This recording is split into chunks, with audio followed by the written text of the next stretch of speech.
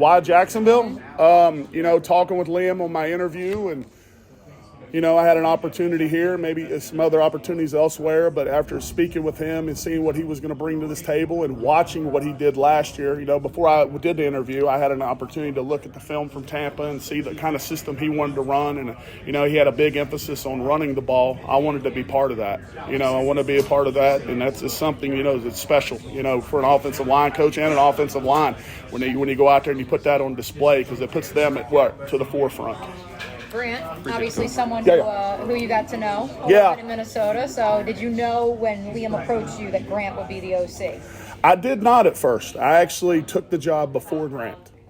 Okay. And now I did tell Grant after I took the job that I was going to be in Jacksonville. So that may have helped his decision a little bit as well. Okay.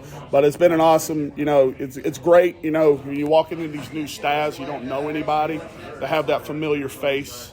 To maybe bounce an idea, bounce a nugget off them, because you know them and they actually know you as well, so they know what you're kind of thinking. So it's always very helpful in these meetings. In your time with Kevin O'Connell, yes, are there things that you see in Kevin that perhaps you see in him, or maybe you don't see it, and maybe that provokes maybe a different thought?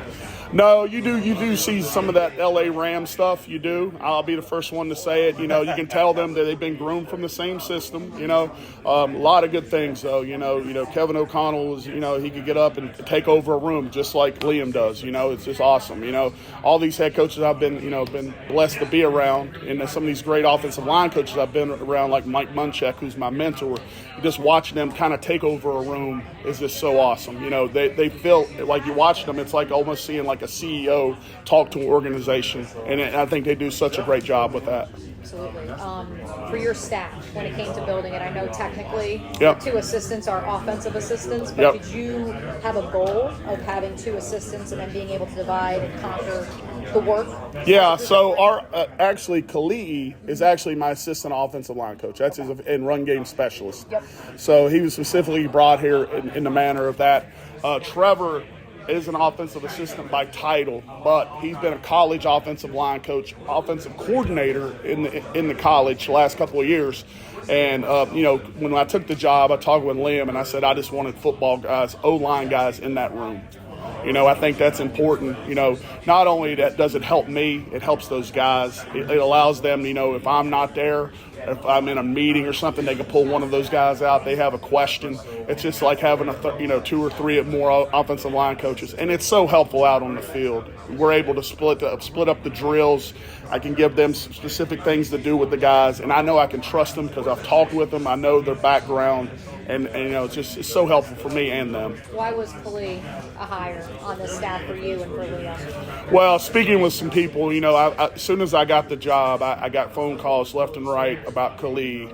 And he had been on staff with a couple of guys on our staff here out in Seattle, and he was currently at Carolina.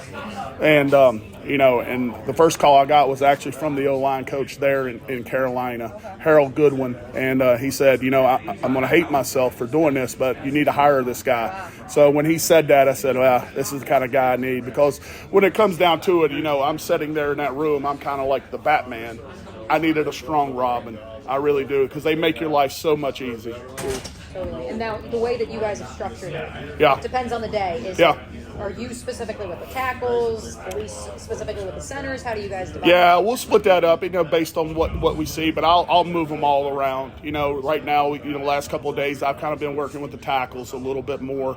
They've been with the centers and guards, But that's not to say that we can't flip it. Right. It's just one of those situations where I think I need to put maybe my eye on something a little bit more in that position. Totally. A lot's been made about competition. And I Yep. talked to Ezra on Monday, and Ezra stressed that, perhaps the fan perception is, they're trying to run this person off or that person off. It's just the idea also of you have somebody behind you who's pushing you. Correct. How would you evaluate the competition that's been? Well, the way Ezra said it now he's not dumb, because you're always in the NFL. You always got a target on your back.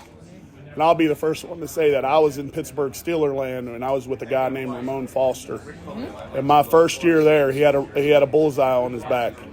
Well, I hate to say it, 8 years later, he was still the starter, still had a bullseye on his back, and he just kept winning the position.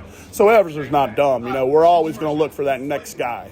It's just the way this business is. You know, it's the way it's been. It's about production. It's about getting that younger guy in here and developing them. And he understands that, but he's not backing down by the competition by any means. And it does breed it. You can feel it in the meeting rooms, and you can feel it out on the field. And you can sense the same with the tackle group as well. Oh yeah.